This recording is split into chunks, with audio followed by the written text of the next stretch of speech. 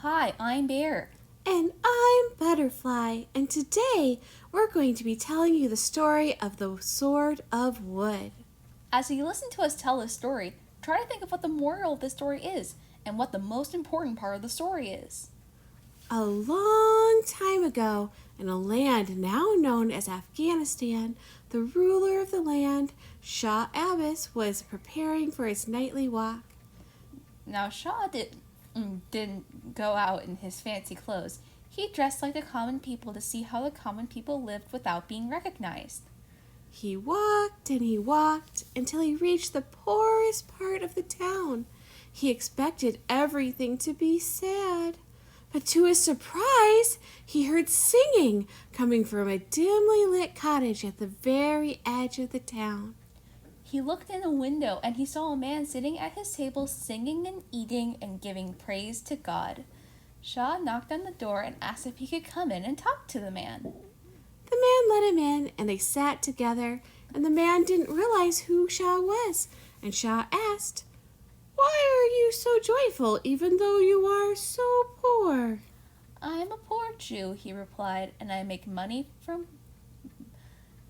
by fixing shoes throughout the city, and I always end up with enough food at the end of the day.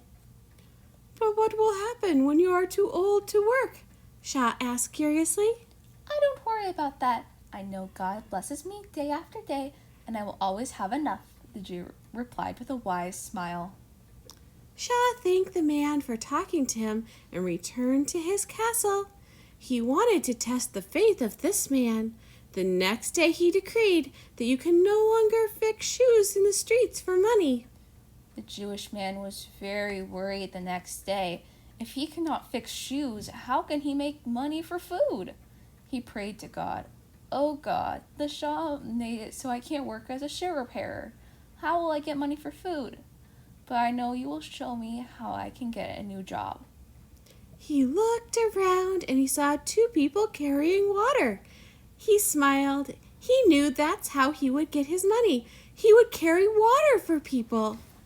That night, Shah went to visit the Jew and found him once again singing and eating and praising God. "Hello, my friend," the Shah greeted his peasant in his peasant disguise. "I heard that the Shah banned your job. How did you get money today?" I asked God for his help, the Jew said happily. He pointed me to a new job of being a water carrier. "I see. I wish you good fortune," the Shah said as he said goodbye.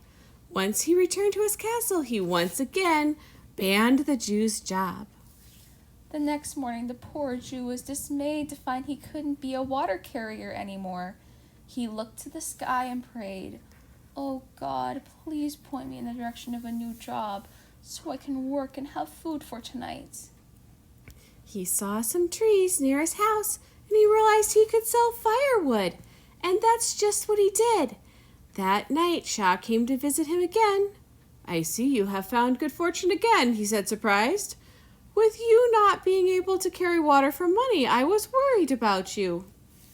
God is a good being, my friend, the Jew said with a smile. He showed me the trees and I was able to gather enough wood to sell as firewood. The Shah bid him farewell and returned to his palace for one final test. He told his soldiers to gather all the woodcutters for them to work in the palace. He dressed them all as guards and gave them steel swords. The problem was they would only get paid at the end of the month, and the poor Jew had no money. He once again looked to the sky and prayed, Oh God, I have a wonderful new position, but I don't get paid till the end of the month. Show me how I can get the money to eat. Please. Some starlight glinted off the sword, and he had an idea. He made a wooden sword that was a perfect replica of the steel sword, and he sold the real one. When the Shah came to visit him that night, he saw the Jew was singing and eating and praising God once again. He asked how he got the money today, and once he heard the story, he asked what he will do when the Shah finds out. I do not worry about that, my friend, the Jew said calmly. I know God blesses me every day.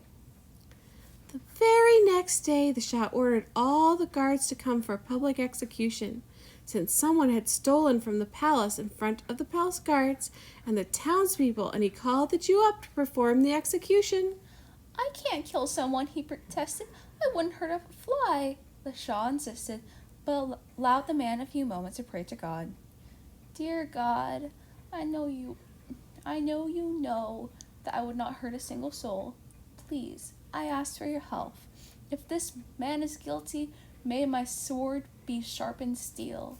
If he is innocent, may my sword be turned to wood.